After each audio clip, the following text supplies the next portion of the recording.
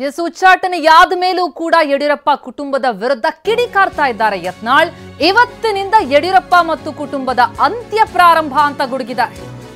ಯಡಿಯೂರಪ್ಪ ಕುಟುಂಬದ ವಿರುದ್ಧ ಯತ್ನಾಳ್ ಮತ್ತೆ ಕಿಡಿ. ಉಚ್ಚಾಟನೆಯ ಬಳಿಕವೂ ಕೂಡ ಯತ್ನಾಳ್ ಆಕ್ರೋಶದ ಮಾತು ನಿಲ್ತಾ ಇಲ್ಲ. TV9 ಜೊತೆ ಬಸನಗೌಡ ಪಾಟೀಲ್ ಯತ್ನಾಳ್ ಎಕ್ಸ್ಕ್ಲೂಸಿವ್ ಆಗಿ ಹೇಳಿಕೆಯನ್ನ ಕೊಟ್ಟಿದ್ದಾರೆ.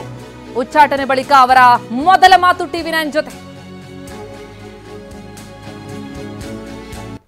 ಇವರು ಏನು ಭ್ರಷ್ಟ ರಾಜಕಾರಣಿಗಳು ಬಿಜೆಪಿಯನ್ನ ತಮ್ಮ ಕುಟುಂಬದ ಒಂದು ಆಸ್ತಿ ಮಾಡ್ಕೊಂಡಾರಲ್ಲ, ಅದನ್ನು ಕಿತ್ತು ಹಾಕಿ ಸನಾತನ ಹಿಂದೂ ಧರ್ಮ ಉಳಿಯುವಂಥ ಹಿಂದೂಗಳ ರಕ್ಷಣೆ ಮಾಡುವಂಥ ಕೆಲಸ ಕರ್ನಾಟಕದಲ್ಲಿ ನಾವು ಮಾಡ್ತೀವಿ. ಈ ಕುಟುಂಬ ವ್ಯವಸ್ಥೆಯಿಂದ, ಯಡಿಯೂರಪ್ಪನ ಕುಟುಂಬದಿಂದ ಇಡೀ ಕರ್ನಾಟಕದ ರಾಜಕಾರಣ ಹಾಳಾಗಿದೆ.